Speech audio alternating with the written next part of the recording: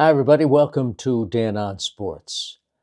I have a rule when it comes to following Major League Baseball. This is my own rule of not looking at the standings until May 1st because things get so topsy-turvy. And I'm not saying the games don't count. All the games count, obviously. Just ask Alex Cora. Just ask Rob Thompson. They all count.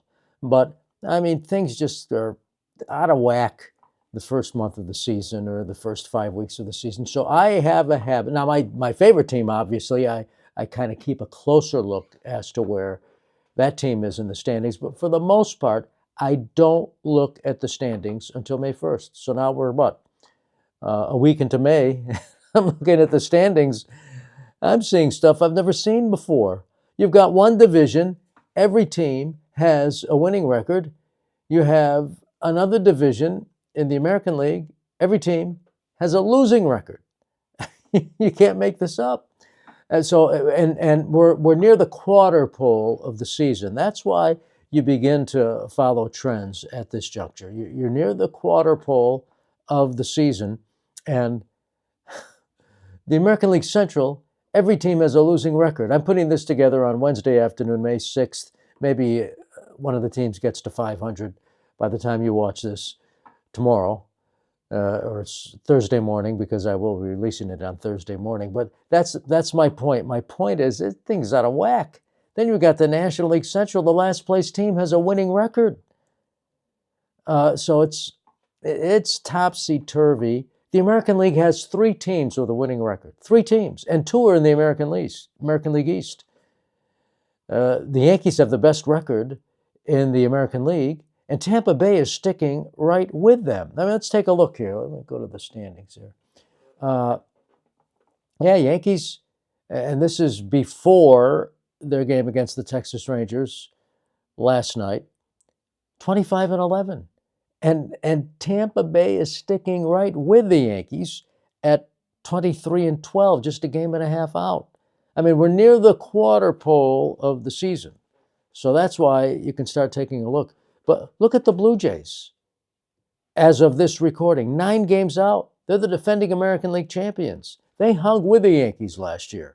And last year, if you recall, the Blue Jays got off to a horrible start.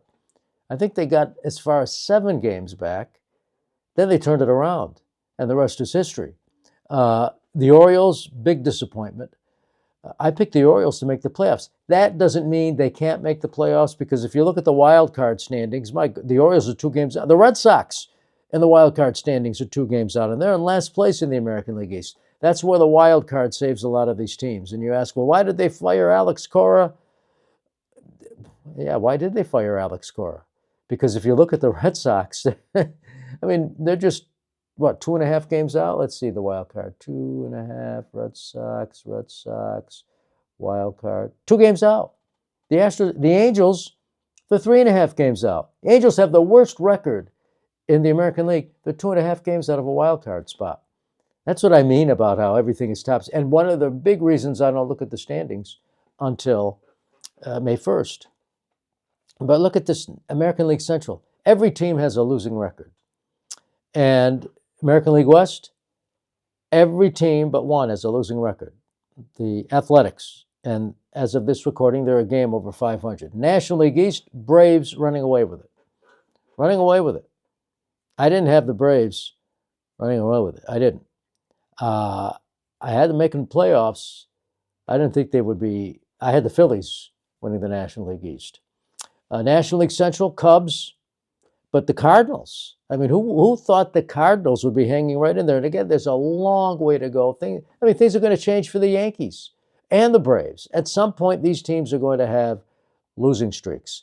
But the reason they're the creme de la creme, pitching. I mean, I'm not surprised with what the Yankees are doing. I had them winning the American League East, and it was because of their pitching.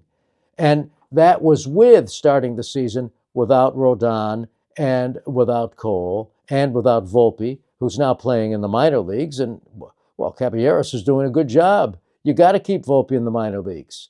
So there you go, as far as that's concerned. It's a long season. These teams are going to have slumps. But when you have the pitching, somebody's always a stopper. So those slumps are not as long as they could be. The Dodgers have their issues. Awfully difficult to win 3 in a row. Then you got the Padres hanging in at a half game out. Diamondbacks playing 500 baseball. Rockies are improved. Giants a big disappointment. And Tony Vitello, that experiment just might be one and done.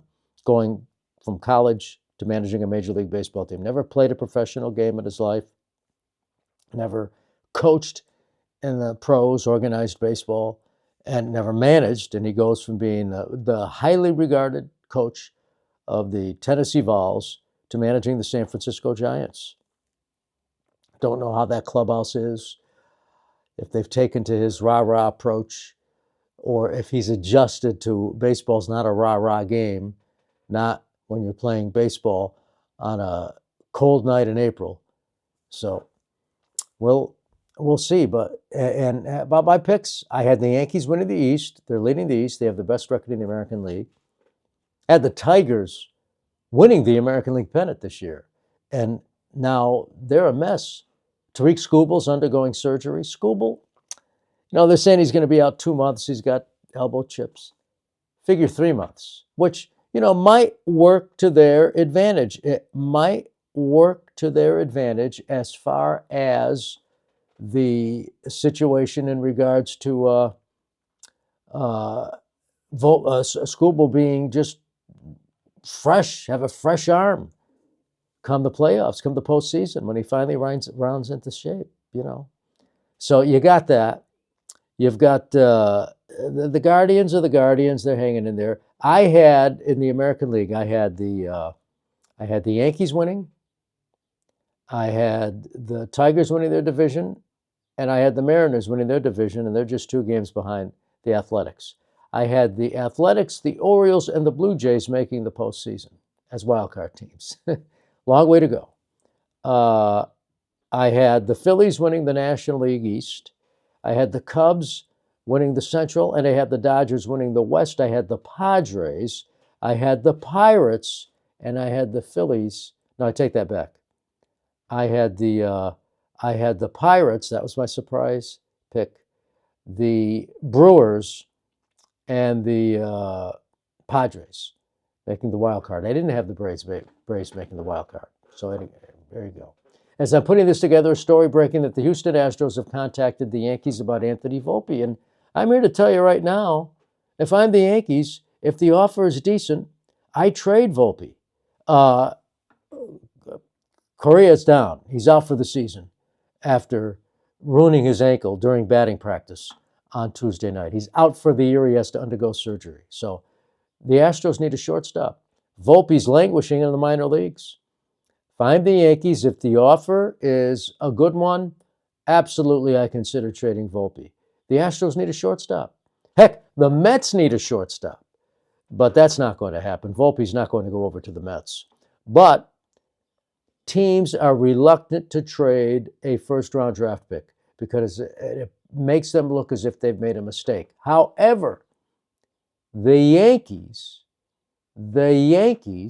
have another shortstop in their farm system who's now at AAA, George Lombard Jr., who was also a first-round pick, who I saw in the minor leagues. I saw both Volpe and Lombard in the minors. Volpe's a great kid. But I always thought that Lombard was a better player than Volpe, better shortstop than Volpe. I thought that Oswaldo Peraza was better than Volpe, and the Yankees never really gave him a legitimate shot, and he also had his injuries. And what's Peraza doing now? He's doing a darn good job with the Angels, isn't he? So, not that I don't... Hey, Volpe and I share a birthday. Great, gave me an interview. Wonderful, wonderful person. But in baseball, as in life, when it comes to your profession, you're not based on being a wonderful person. It doesn't hurt you. You're based on can you deliver. And if the Astros want Volpe and the price is right, go for it.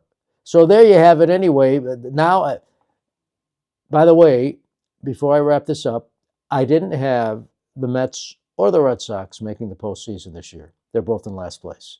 Now, are they going to get hot a little bit? Yeah, I mean, the Red Sox, They might go on a 5 or 6 game winning streak. Mets might go on a 5 or 6 game winning streak. And when you've got this kind of a playoff system, then boom, it's a chance for you to make the wild card. And once you get in the dance, who knows what could happen. That said, however, let me just repeat, when you get off to a slow start, 10, 11, 12 games under 500, it's awfully difficult to scratch back. The chances of you making the postseason as a wild card team with a record under 500 are nil. Nil. That's the first thing. Second thing is, if, like I said, you're 11, 12 games under 500, you go on, you get red hot. What's red hot? Well, you win 8 in a row. You're still under 500. That's why you have to play 500 baseball, I think, going into May 1st anyway. So we'll see how it unfolds. But I finally looked at the standings, and I'm serious about this.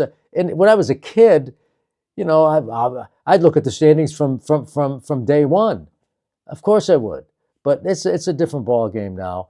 And I'm looking at the standings, and what is intriguing to me is you got one division, every team has a winning record. And in the other league, one division, every team has a losing record. And again, in the American League, only 3 teams have winning records. Could be an interesting season. That's going to do it for Dan on Sports. Thanks for watching. Thanks for listening. And thank you for doing both. And as always, thank you for subscribing to my newsletter, which if you haven't, very easy to do. Just go to danonsports.com. See you later.